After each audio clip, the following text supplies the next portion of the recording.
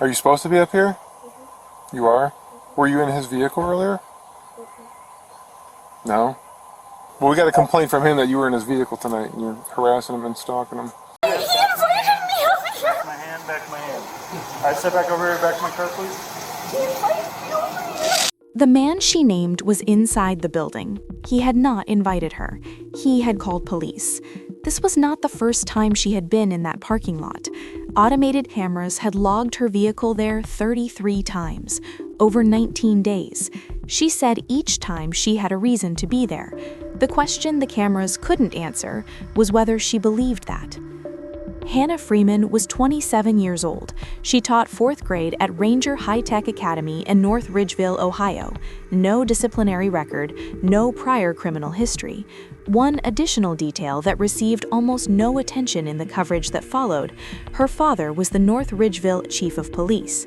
She had been in a relationship with a man who taught at a different school in a neighboring district. By her account, and by what prosecutors acknowledged, the relationship had not ended cleanly. The victim had maintained intermittent contact with her after the breakup.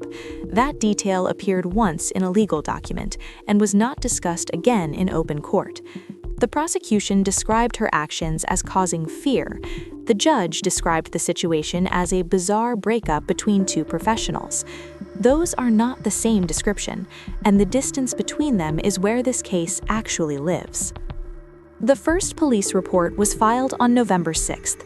The man told officers 2 backpacks had been taken from his car, 2 laptops, his wallet, keys to his apartment and his school.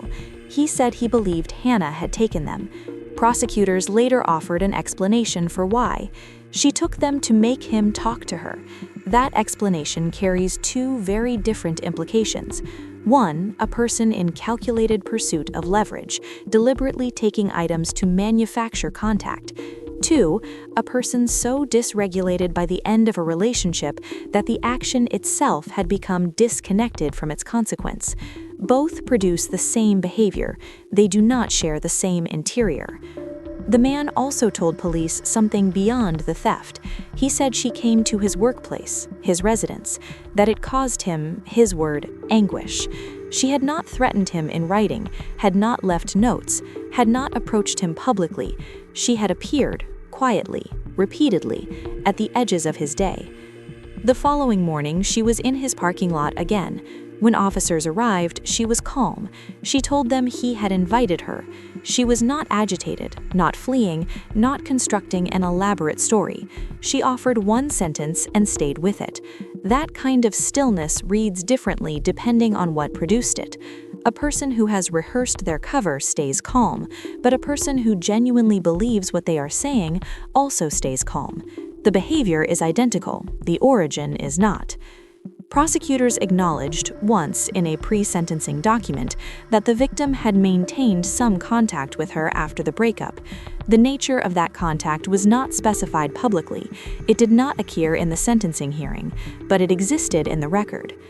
Investigators pulled 30 days of automated license plate data, 33 logged appearances, 19 separate days, all at the same location, all within the same 30-day window.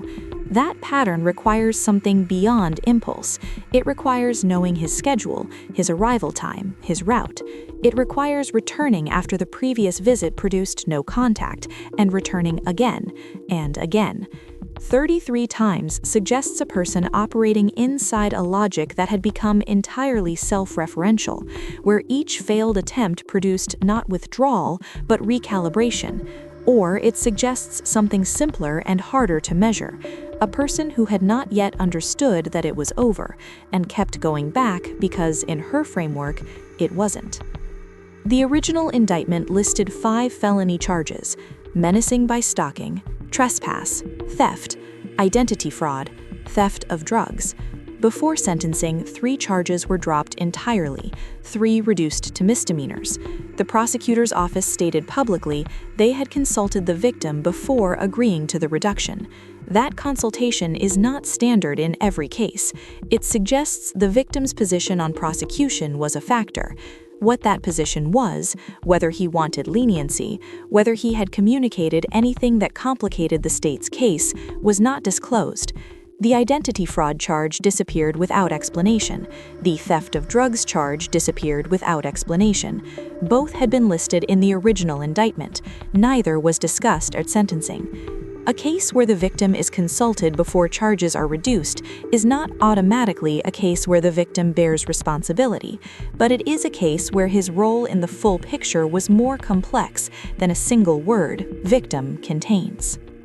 Her father was the chief of police of North Ridgeville. She knew, in a way that most people in her position would not, exactly what the cameras recorded, exactly what a license plate log meant as evidence, exactly what 33 appearances in a school parking lot would look like in a police report, and she kept going back. That could mean the behavior had moved beyond calculation entirely, that she was operating in a state where consequence had become unreachable as a concept.